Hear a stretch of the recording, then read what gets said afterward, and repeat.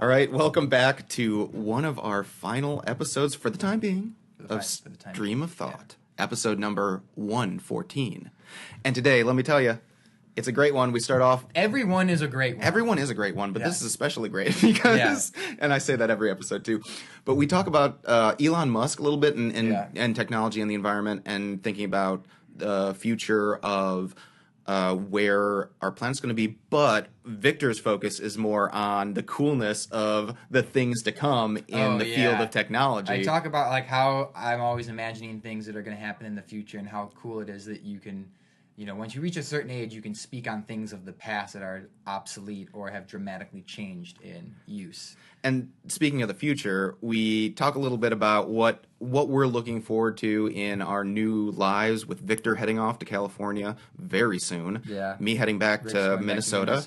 The reasons why we left, the reasons and what we're hoping for, what we are striving for. And what's interesting is that we intertwine it a little bit with conversation about Buddhism, believe it or not. Yeah. Just being able to let go the idea of what is nirvana. I love how like that came out of nowhere. Like you briefly mentioned Buddhism, like, oh wait, you know the Four Noble Truths? Yeah, the Four Noble Truths and the Eightfold Path. And then we go on this raced loop, off that side track. and we come back to talk about what we were before. So that was a pretty interesting.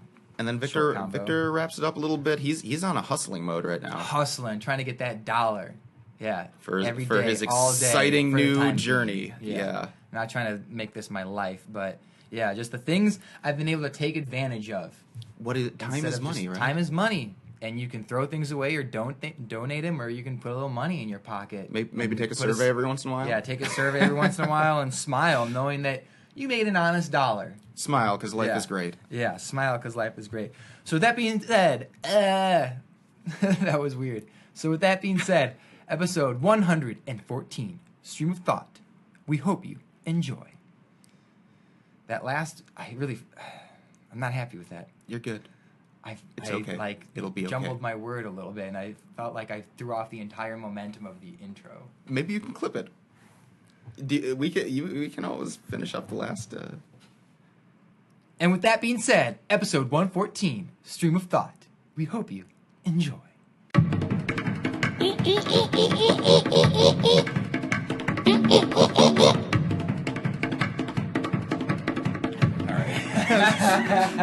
Thank Disaster averted. My goodness, I know.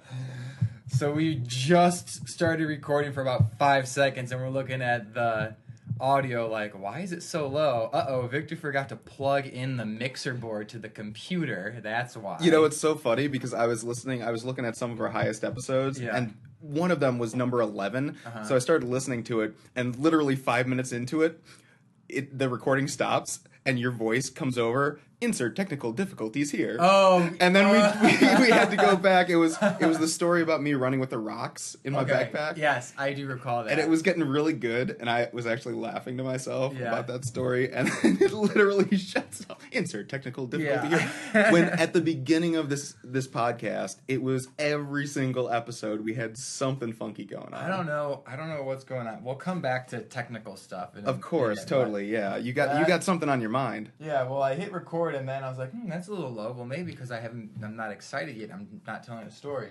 But, yeah, everything is okay now. Everything is A-okay. Wow. Okay. Anyway, so I've been... I last watched this Joe Rogan, Elon Musk interview like 2 days ago. But it's like 2.5 hours long, I think. And it just takes forever. But it's all really interesting. And I thought it was really interesting when he's talking. And the other really interesting thing, too, is like you see Elon Musk like... He's in a very, very casual environment. So you see him just like as a person instead of this figure who's doing like official interviews and stuff like that. So I'm observing a lot of his mannerisms. And he has a lot of very interesting mannerisms, which you should watch. It's pretty funny. But anything stick out in particular? A lot of the time, like when he'll make a statement, and then like it'll be like a beat, like a moment, and then he'll like nod his head. So like he'll say, he'll say something, and then Joe Rogan will be like, really? And there'll be like a pause. And then he'll just like nod. It's weird. but Interesting. It's funny. All right. Yeah. The first thing I thought of when I saw this, I was like, I'm gonna keep this. I'm gonna take this, insert this into the brain files, and use for later if I ever need to use that, apply that for like a character or something like that. It's very interesting. Ooh. Yeah, but I thought it was fascinating that he had mentioned that if somehow we were to magically snap our fingers and every single car in production were to be an electric car, like all of a sudden tomorrow all cars in production are now electric cars coming out of the factories, it would still take 20 to 25 years for public transportation and everybody to like fully transition into a fully green, no fossil fuel environment in terms of transportation. He's pretty much saying like, even if that were the case, that is way too slow. Like we need to have, he said like the biggest problem is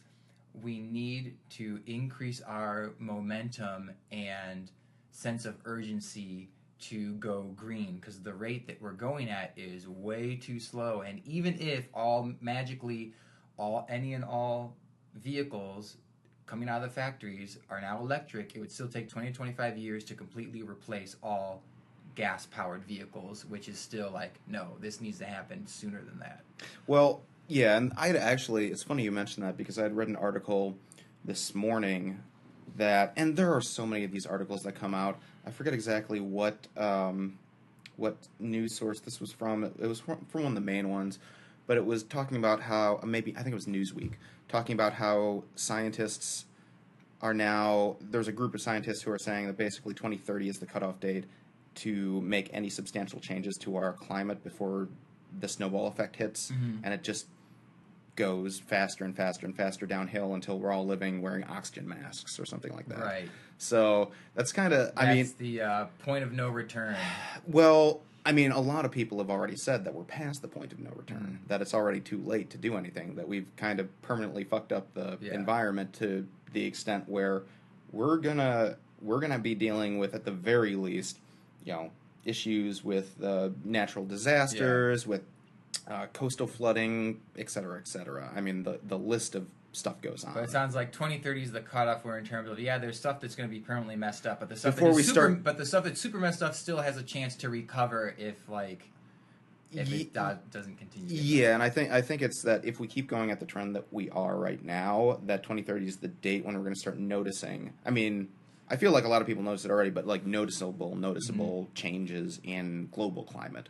So, yeah, it's one of those things where and it goes back to the last episode that we were talking a little bit about too, where it's those flashy things in front of our eyes that we pay attention to. It's the big, like, dramatic things that stick out in our head, and that's the stuff we obsess about and talk about all the time.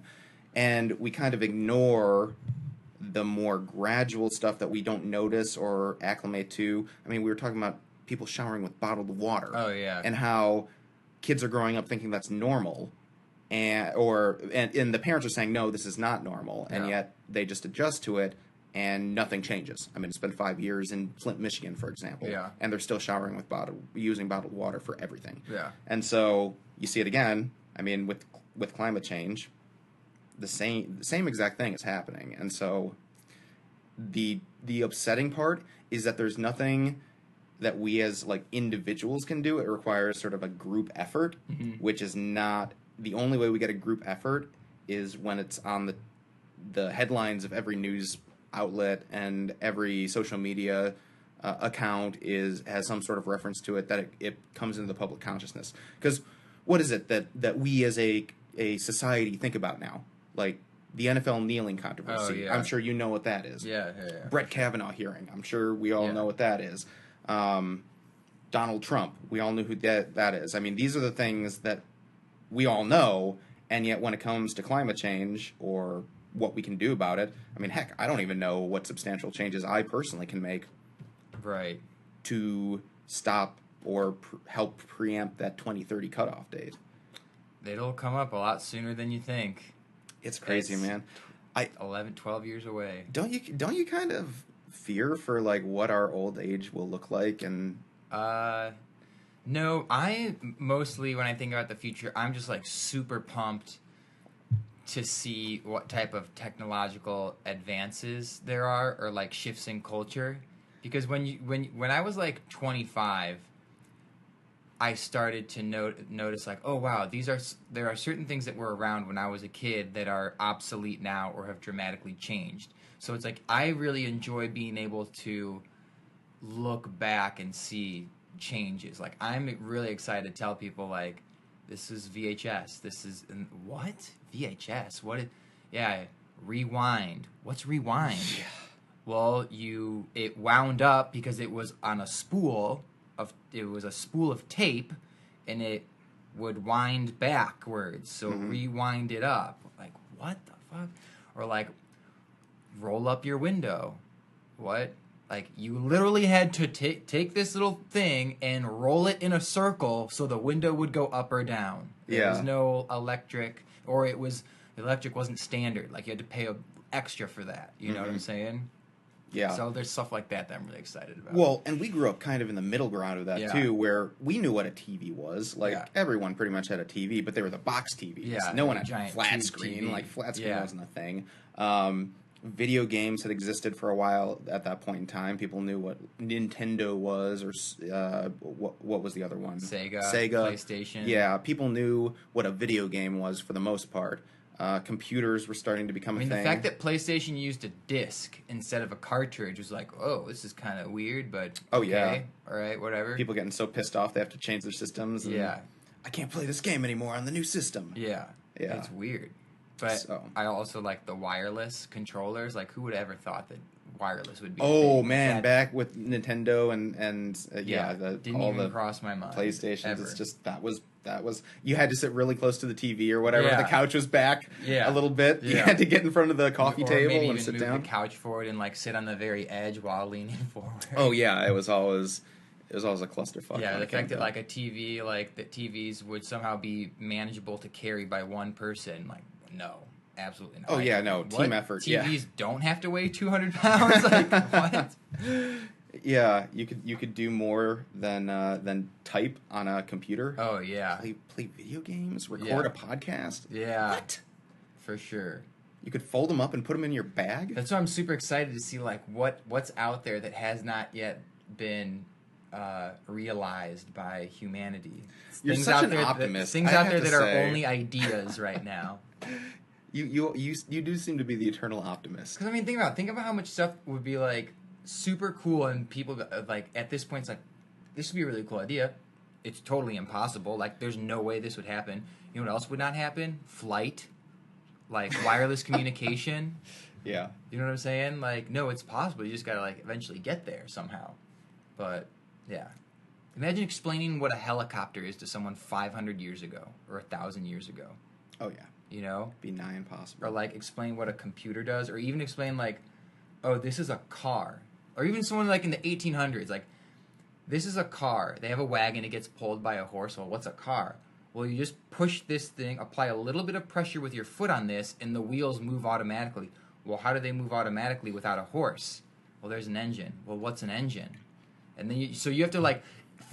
you go so far, you have to explain every little tiny thing before it for them to have this full understanding of what it is. Because someone who knows what a cell phone is, like, oh, you can explain to them, like, oh, this is a new iPhone, it's got internet. But like someone who has no idea what the fuck a telephone is, you first have to explain to them, like, if you hit these numbers, it contacts this other number, and you can talk to them, and there's these cables and science. So it's like it just becomes more intricate having to go backwards and explain what one thing is. Oh yeah, because everything is built upon something else. Yes, exactly. But I think what's remarkable to me is that a lot of these inventions or creations that have kind of revolutionized the way that we think about the world, individuals, I mean, whether they're singular or just a couple, like very few people are responsible more or less for first brainstorming the fact that this could be possible and then having the gumption to go out and actually do it. Yeah. I mean, think what would happen if Steve Jobs was never born or never decided to pursue that path. Yeah. I mean, all these sort of seminal moments are in cultural history come down to singular individuals. Yeah. And so that kind of makes me think, well, what sort of legacy do people like you and I have to leave? I mean, are we really destined for greatness? Are we, what is it? What is it that we truly see ourselves contributing to? That stuff doesn't always have to be measured in one lifetime. So like the choices that you make in your lifetime could affect like your someone's your kids children or their children's your kids. children. You know what I'm saying? Like yeah, for sure. Well, I mean that kind of transitions to the point that I was that I had. Well, just knowing what it is that you really want in life and going after it, and the sacrifices that come with that. Because in most likelihood, this is probably going to be one of our last episodes of Stream of Thought. Yeah. I mean, one of the last. At least in its current form. I just realized that when I was saving the file, it's like, okay, episode 114. Well, tomorrow will be 115. I'm like, you know what? 115? That's a good number, And then I thought, I imagined this like giant like caution sign or like this giant like just the phrase until further notice ... Like it's gonna be 115 until something happens. Until next time. Until next time, right? I think we finally gotten our catchphrase after 107 episodes. Yeah, I mean. I just think about, and we can get all sentimental on our last podcast, but just in regards to what it is that, like, you and I want, I feel like the reason that this podcast is coming to a close, at least in its current form, is that we have both made or are making significant decisions in our life to go out and risk something that feel like is not something that a lot of people have to or want to experience over the course of their life. I don't know if you had any reflections on that. For sure. Because you know me, I am all about, like, I get very bored with routine. I get extremely bored with routine, and I always enjoy rolling the dice and seeing what happens. You know me, that I'm the type, if there's a giant red button that says "Do not push," without thinking about it, I will hit that red button to see what happens. You know what I'm saying? Yes. But yeah, there's a sort of thrill, like you don't know what's going to happen, which is really exciting because predictability is boring and routine, and it does not whet my appetite. So I mean, with your moving and all though, is there a flip side to the coin, or do you purely look on the bright side of life? I mean, I've thought, like, who knows what happened. Like, I could very well move. Like, I mean, I'm transferring stores, right? Like, worst case scenario, I transfer stores, and then all of a sudden, like, they're like, oh, actually, we don't need you here. Actually, we need to go another store, or like something out of my control. And then it's like, okay, fuck, like, this isn't going to work out. It'd probably be better if I spend my time and energy trying to look for another. Like, there are variables that are unforeseen. Of course, and there always will be. And you're gonna get an apartment and then realize that, like, the fucking, like, window doesn't close, or like something there's weird. A train that's or actually the refrigerator, like, there's by. A dishwasher, but oh well, I said there was a dishwasher, but I didn't say it worked. Like some stupid shit like that. You know what I'm saying? Like, yeah. I mean, and honestly, in the big picture of life, those are kind of small things. Yes, but yes. Really, these fundamental changes, for me anyway, is like there was an excitement moving to Minnesota, and I was really looking forward to it. But on the other side, it's like, well, I mean, I'm also leaving a community and people who I know here as well, and I understand that's kind of the cycle of life. The Buddhist philosophy is you must be able to let go. Yeah. Because attachment ultimately is suffering. Yeah. All suffering stems from desire. Yep. And I can't remember Four Noble Truths. The Four Noble Truths and the Eightfold Path. Can't recite them necessarily. Okay, cool. Oh, yeah, no, I studied Buddhism in seminary a little bit. Yeah. Really great book. Without Buddha, I Could Not Be a Christian by Paul Knitter. But that's neither here nor there. Shit, now you want me to start talking about Buddhism. Okay, it is kind of, yeah, no. And maybe this will ultimately, like, tie together. And to think real quick that the Buddha sat under this tree forever and came up with the Four Noble Truths, and I got them right in this book, and it took me 5 seconds to peruse, and I can dive deeper. But the fact that a guy spent so much time under this tree to figure things out that are so simple to share with everybody. And the funny part is in studying Buddhism in seminary especially, you learn that it is not that simple. That in fact, by believing that you understand it, you don't understand it. Right. And so there's this paradoxical thing that was super frustrating for me, because I'm like, well, aren't I supposed to understand this? Yeah. They're like, well, if you understand it, you don't understand it. Yeah, like, I know, man. So like, what? My brain was like exploding as somebody who likes to rationalize and figure things out, being told that you first need to remove all preconceptions or ideas that you understand in order to truly understand. You need to empty yourself of your preconceived notions and your understanding of the way that the world works, because with that attachment, even to that assumed knowledge, you will never gain enlightenment. Yeah. Enlightenment is paradoxical. Yeah. By saying that you understand, you're putting yourself above and thinking that you know how everything works. By saying you understand, you are allowing your ego to put a foothold in whatever it is that you're thinking. Yeah, dude. Yeah. Because in Nirvana, all this stuff. It's when you attain it. It's momentary, and you get it, and then you let it go. Precisely. You don't hold tightly to it. Like what people don't get to is that I think at some point everybody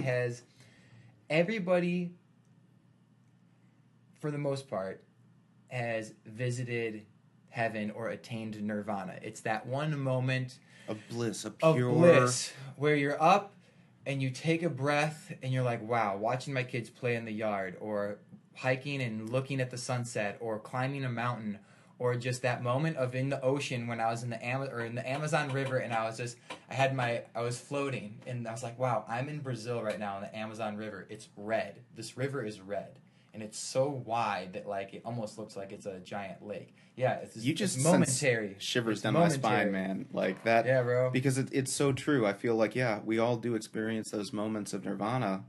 It comes in cycles. You have a moment, and then you go about life, and you go through a bunch of shit, and then it's kind of better, and then you have these brief moments, and yeah. But yeah, I think what you said summed it up so beautifully, is that you can't cling to that moment, right? Because that moment is just a moment. Yeah. Like it's all about being present in the moment, letting go, and being okay with that. And that's such a beautiful way to phrase it, man. Like that really, I do appreciate the way that you sum that up, because for me, I think that was kind of where I've come to accept my own personal journey, is that I've had a fucked up last couple of years, and things are starting to turn around for the first time, but it wasn't until I was willing to sort of let go of the comforts that surrounded me, let go of my own desires, let go of these things that were sort of haunting me from within, and just let go and live in the moment and accept what the moment had to offer me, that things started to get better. I mean, I was thinking the last time I was coming back from my ordination, I was sitting in the gazebo of my parents' house, stopping through Chicago, and just sitting there thinking, my God, like, how blessed am I in this moment? I mean, that was, for me, just sitting there in the darkness of the night, reflecting on all the wonderful things that had just transpired over the course of the past couple of months, being able to move to a new place, start a new beginning, get a new job, go get ordained, meet other clergy, like all these things that were so fulfilling, and things that I was like really like wanted so badly, but it was only after I was willing to let go of that it just happened. Yeah. It was kind of like that with relationships too. Right. Whenever I just stopped desiring a relationship came, kind of thing. Yeah. It's interesting the way the world works. What was I can't recall. I feel like we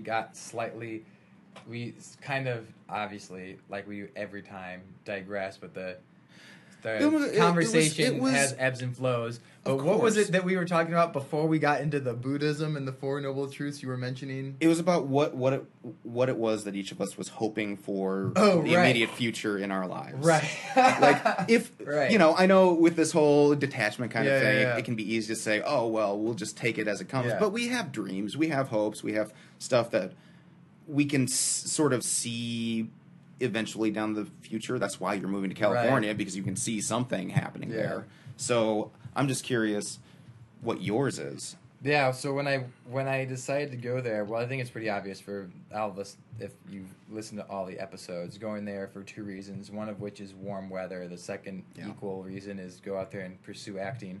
But it's like, it's scary. You don't know what's going to happen. And so that's what I think is so cool about it, because I thought, like, it very well could be I go out there and, like, 4 to 6 years later, something happens where I'm on a TV show or movies, or it could be like 15 years. Like, you don't know. Like, it's a giant crapshoot, is what it is. And there's no, the first rule is there are no rules. Like, it is literally a giant crapshoot. And so I'm going there for that. But the other thing that I enjoy too is that, like, while pursuing something, there's a certain risk. And if you're not growing, you're dying. You know what I'm saying? Amen, like, brother. You do not want to be stagnant, like flat line. Like, I'm good. I'd rather just continue. Complacent in life. Yeah, I'd rather just continue to continue to climb and climb and climb in some type of aspect, But man, yeah, that's why I'm moving out there. I'm really looking forward to it, and I see it like, so you know how there are. When you look at life, it's like, oh, high school, this chapter of my life is over. College, this chapter of my life is over. Relationship with this person, this chapter of my life is over. It's like, no, I feel like I'm straight up closing a book. Boom. This volume is over. Going to California, cracking open a brand new book. Like, this is more than a chapter in my life. Like, this is, like, I feel, it feels like I'm starting a new life. That's what it feels like. Bro, I can't feel you any harder. Yeah. Like, it really, I mean, I literally wrote a book. And at the end of it, it was, I was still living in Chicago and all that, so maybe there's a couple more chapters, but I feel like that point of moving from Chicago to Minneapolis in the same way, it's a total change. I mean, really, grew up in the Midwest, lived here for 18 years of my life, went off to college 4 years, went off to seminary 3 years, and then came back to the same area for another, 4 or 5 years? Yeah. And so a vast portion of my life has been spent here, and at the very least, I've always been traveling back here for holidays or summer or whatever the case is. And so now I'm looking forward to actually beginning a new life, and I know it's not going to be, at least for the time being, back in Chicago. It's going to be in Minneapolis, or it's going to be in New Jersey or New York. But for the foreseeable future, it's kind of like, I get to set my past in the past. Yeah. And build something new. And I am learning, once again, what it means to hustle in life, because I feel like I knew what it was to hustle before my addiction sort of destroyed everything. Yeah. And so it's been this process of just having to relearn what it is that I want in life, and then learning what it takes to go after that. And it takes a lot of sacrifice, man. And I'm still getting used to accepting the amount of sacrifice that it takes to actually get there. Because in my own hopes, it's nice having this job at BASF, working there. I hope to continue working with those people and at that company for a while. Yeah. But I also see ministry as just part of what my life is going to be like in the future. How long it'll be till I return to that, I don't know. But I feel like it's as though the question has been posed before me, how hard are you willing to work? Because if you're willing to work as hard as you did back late in college and early in seminary, then you can get back there in no time. But it takes sacrifice and it takes commitment and all that. Yeah. So, I don't know, man. Complacency, it's such a dangerous virus, I feel like. The most exciting, the one thing I've learned about myself is when I think of things and try and explain something, I'm thinking in things in terms of, like, images. It's the easiest way for me to think of things. Yeah. Or try to convey a message. But, like, again, going back on what I was saying earlier, like, the image that I have in my head is, like, imagine if you're walking through like a portal, right? You walk through a portal, you're in a completely brand new place, right? And that portal can remain open or closed for you to go back and forth, like, and everything, right? Like going to California, like there's no coming back. I'm not coming back. It's like Stargate. Yes, one, like I don't want to. Two, it's not an option, right? So I'm walking through this portal, and that portal has closed, and there is no turning back, right? It's like walking through a door, closing the door. It's like, nope, that door is now locked. You can never return again. I mean, obviously, I can come back here, like, see family, like, visit, but, like, to leave and then to come back, like, if you're a ship, to come back to the same port and dock, you know, like, not an option at all. It's not going to happen. My mom was talking about, like, our flight benefits, and she was going to, it was, like, between my brother, I mean, I still have flight benefits, it was between my brother and I to have, like, another set that would make you have a higher priority in standby. And I was just like, Nick, you know, he can just have it. Like, I'm okay. She's like, okay, well, I was kind of thinking maybe you can still have it in case you ever want to, like, you know, come back. And immediately I was like, nope, that's not going to happen. I'm never coming back. And she's like, okay. I was thinking, like, I was talking about, like, visiting. I was like, oh, okay. I thought you were talking about, like, moving back or something like that. Or do you remember that scene in Batman, the third one, when they're explaining how he got out of, what's it called, like the pit of hell or whatever it is that he was when he like broke his back or whatever, or how the little girl escaped, and how you're supposed to escape, like you climb up up the wall, and you have this safety harness, and the very last portion, no one can ever get to the last ledge that you need to reach in order to climb out, because everyone would always climb with the safety harness on. And then when you finally take the harness off and just jump with like 100% faith, then you like are able to get it and climb out. You know what I'm saying? Like that's another image that I have. Or with or in Indiana Jones, do you remember when he in Indiana Jones not the Temple of Doom, the one with the Nazis? Crystal Skull? No, the one with the Holy Grail. Oh yeah. And he has to walk across like this invisible path, and he just takes a step, and then all of a sudden you see there's like a small bridge. Yep. And there's a I think it's MLK Jr. Faith is taking the first step, even if you don't see the whole staircase. You know what I'm saying? Yeah, I'm really excited for this. Yeah, I'm really excited. See, and I feel like that's kind of where we differ, because for me, when you make a decision, you've made a decision. And it's like, this is it. I'm going on to the next thing, and that's just kind of the reality. For me, I've always had trouble clinging to the past. I'm always like, I'm a very sentimental person. I have difficulty, I do have difficulty letting go of things in the past. So, and that's part of the reason why I look forward to coming back here. It's like, part of the reason is recording this podcast, for example.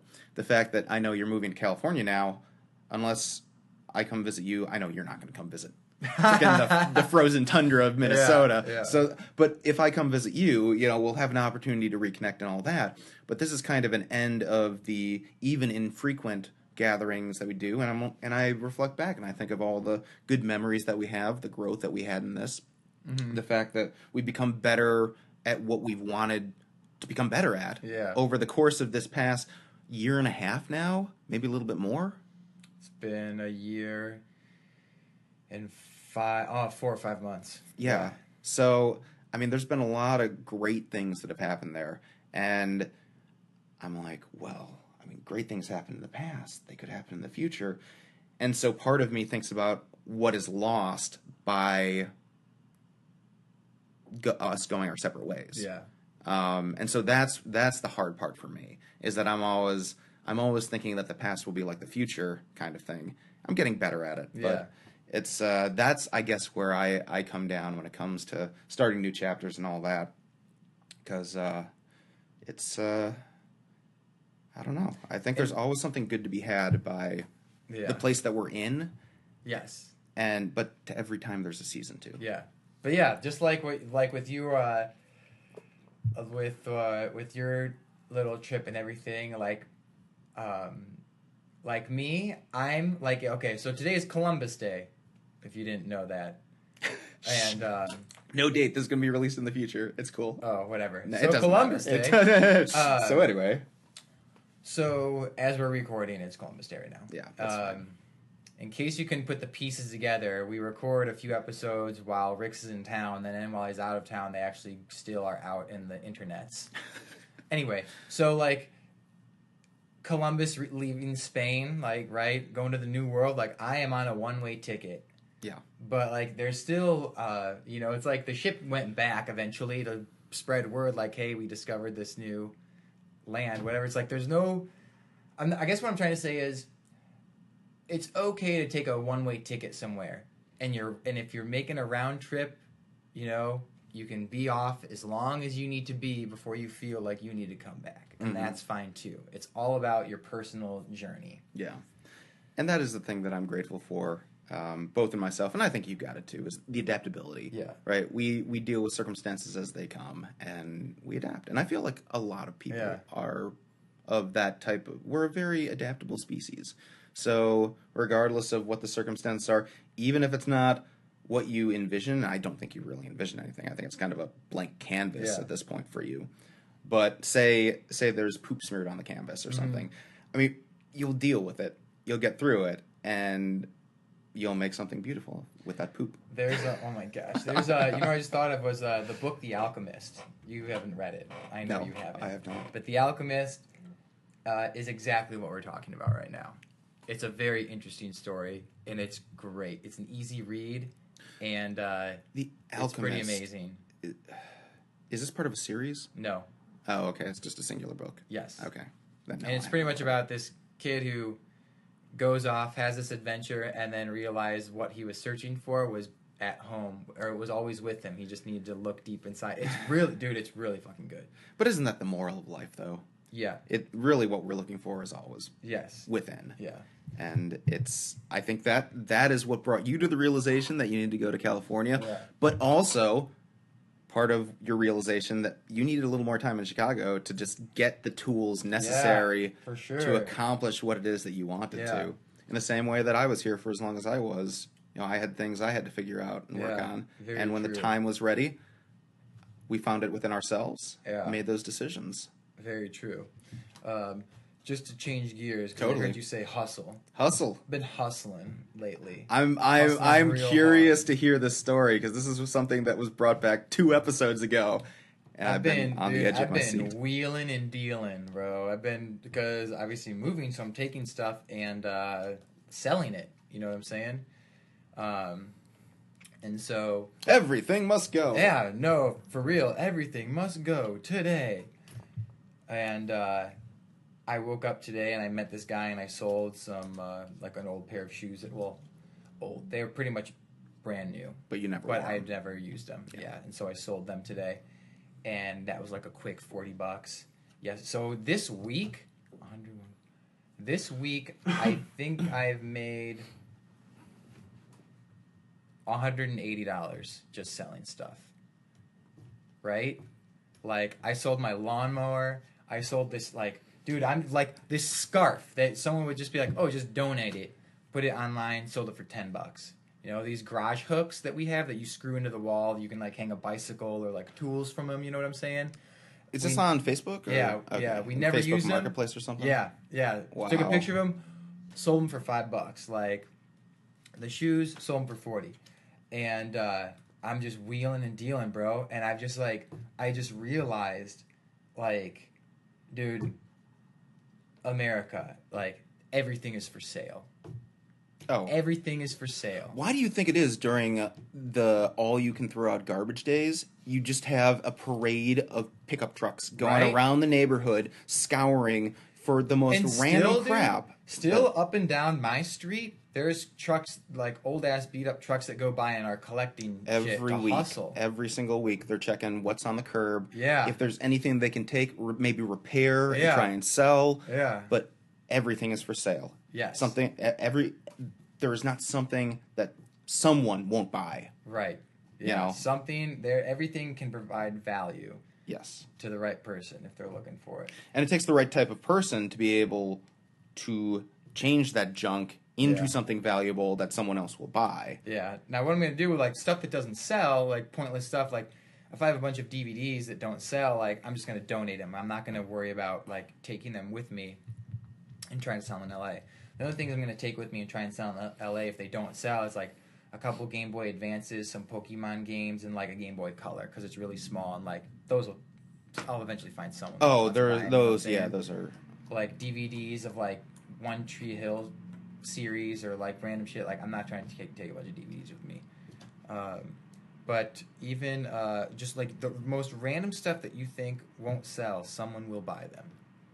And my goal, I want to reach $1,000 of selling stuff. And I'm almost there. You are really? Wow.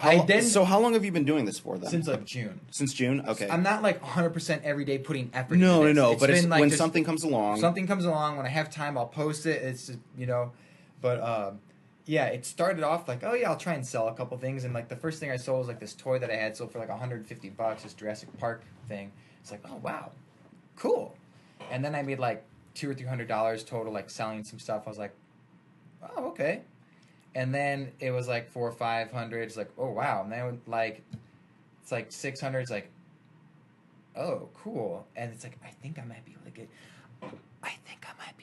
to 1,000. I'm saying this to myself, right? And then you're making a few more sales. It's like, holy shit, this could actually happen. Like that would be cool. That would be amazing. $1,000 just from selling shit. From selling stuff that you would have normally thrown away or donated. Yep. Yeah.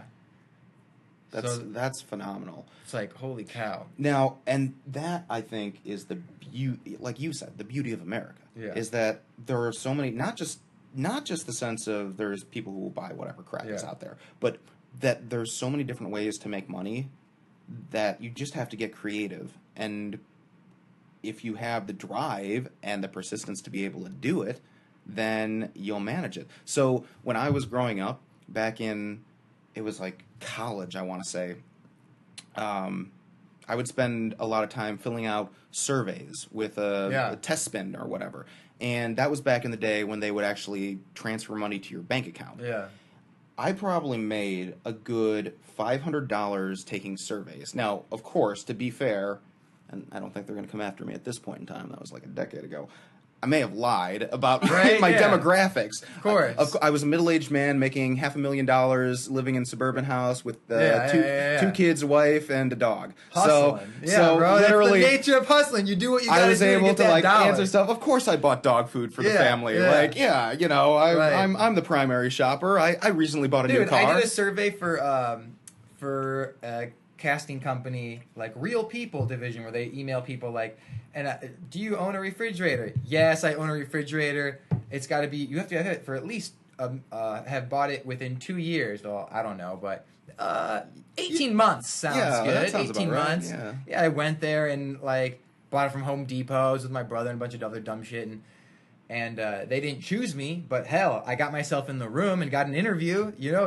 Hustling. Seriously, and I mean that was kind of my attitude back then too. It's just between that, I mean, $500 worth of test spin, and I mean these were only $1 or $2 per survey or whatever. Yeah. And when the $5 ones came along, I'm like, oh baby, I'm gonna get this. Yeah. And so it just consistently over time. I mean, it wasn't a full-time thing or anything. Think of how much time you spent making $500 as opposed to just sitting around watching football or doing something stupid. Oh yeah, like all these little increments of time and money add up. And I thought to myself, like, right now it's a pain in the ass taking these photos and writing a small description or like having to deal with someone or whatever. But at the end of the day, I will have made, X amount of dollars. I will have this much more money in my bank account by the end of the day or the end of the week or the end of the month or whatever. Yeah. Yeah. I think the cliche adage that time is money is just so true. Yeah. In a way that, I mean, I love hearing that story because it just brings back memories of, when Bing was first a thing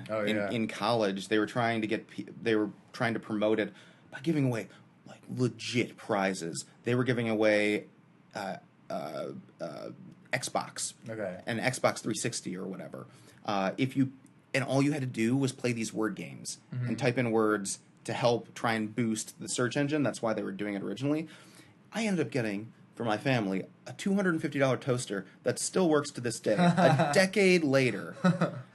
4 slices or 2? 4, baby. Hell yeah, dude. Hell Huge steel, like got the little trays that pull out. Oh, it's a nice ass toaster, man. And all that was just during class playing these word games or whatever, half listening to the teacher, half playing the word games. And there was this guy who started working at our store who used to work at Starbucks, and he there was when people bring stuff to share, whatever, they just throw it in the break room, like on the table, like donuts or whatever, like just random shit. You know what I'm saying? And I saw like a bag of like a pound of coffee from Starbucks. I'm like, why is there Starbucks? And they're like, oh, David brought several bags for people, and there was one left, and anyone else who doesn't drink coffee would just leave it. You know what I'm saying? Or maybe grab it and like give it to someone who drinks coffee. And you don't drink coffee. And I don't drink coffee. I was like, fuck it, I'm gonna grab this, sell it for $10. Yep. Like, hell yeah, I'm gonna do that. You know? Yeah. I thought about giving it to you or like my mom or someone. Like, hell no, I'm gonna hustle this motherfucker and get 10, 15 bucks out of it. Yeah.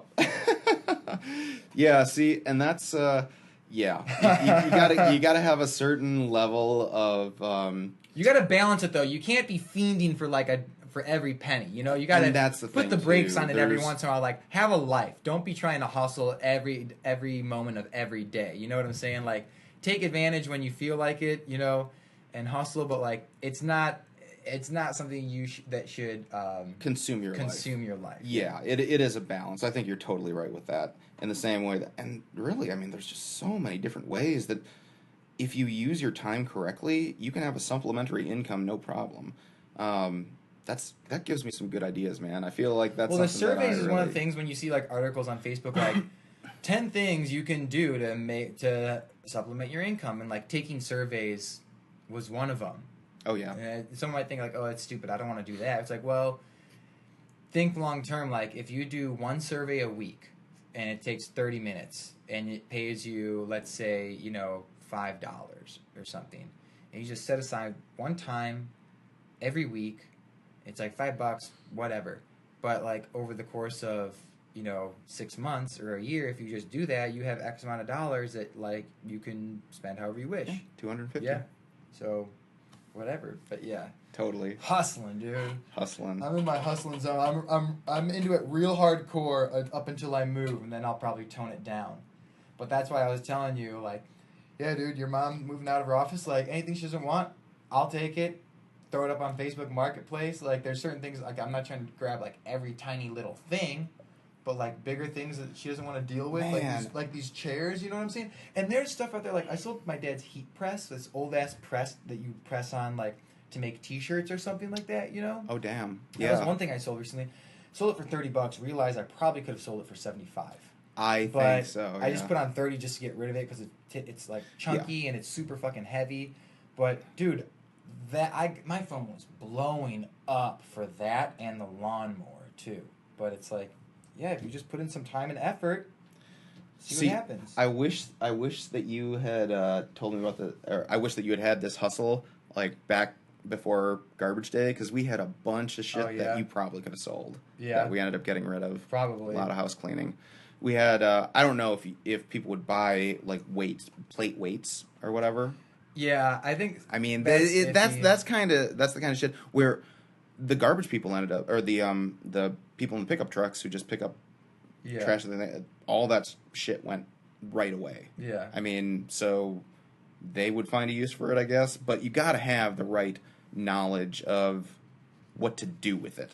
Because if it's just plate weights, I mean, unless you're gonna melt it down or something, I don't know what you can do with that. But apparently, someone. It could just be a weight. They don't necessarily need it to be a plate weight to like lift, but it's like maybe you just need sell something them like one at heavy. a time or something like that.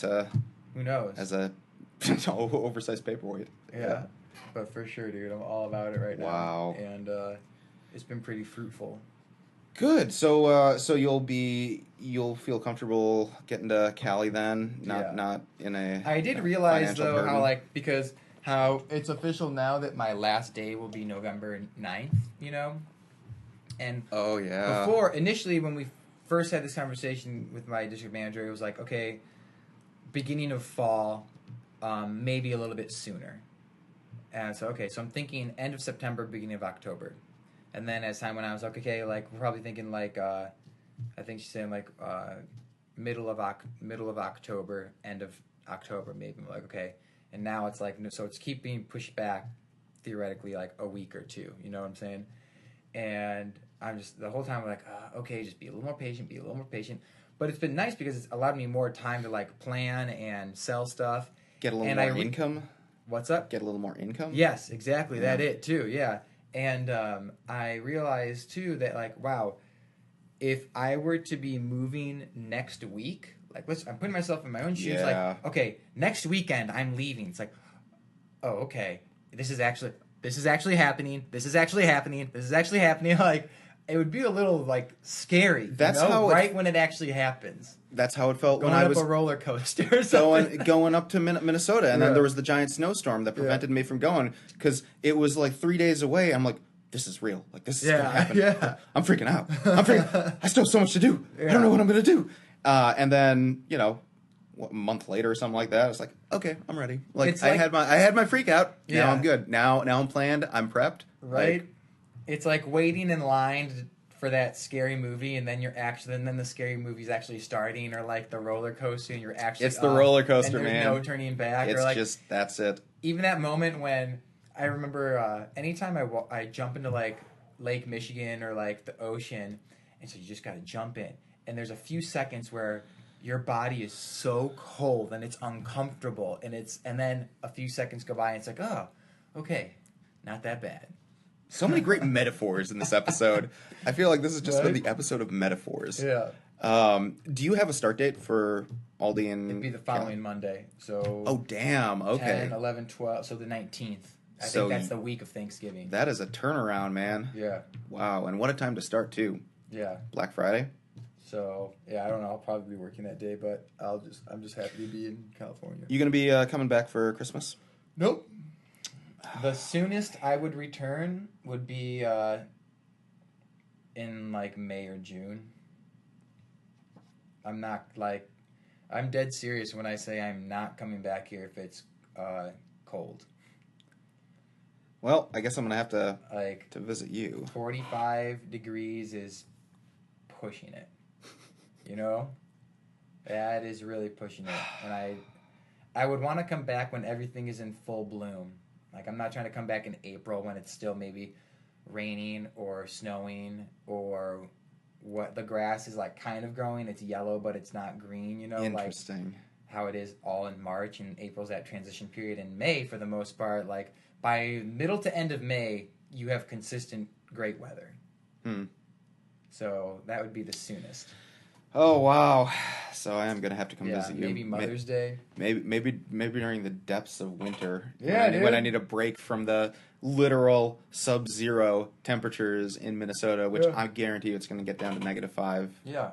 At least. Come after the New Year or something. Yeah. After the holidays, after everyone's travel. That's because the winter is quiet at my work, so can probably get some time off there. Yeah, for sure. Come in like January, February, we can barbecue. Oh my God, that would make barbecue so over many at Kyle people Lynch's envious. apartment. Oh, that's right. Kyle Lynch is still. He lives one block east of the beach.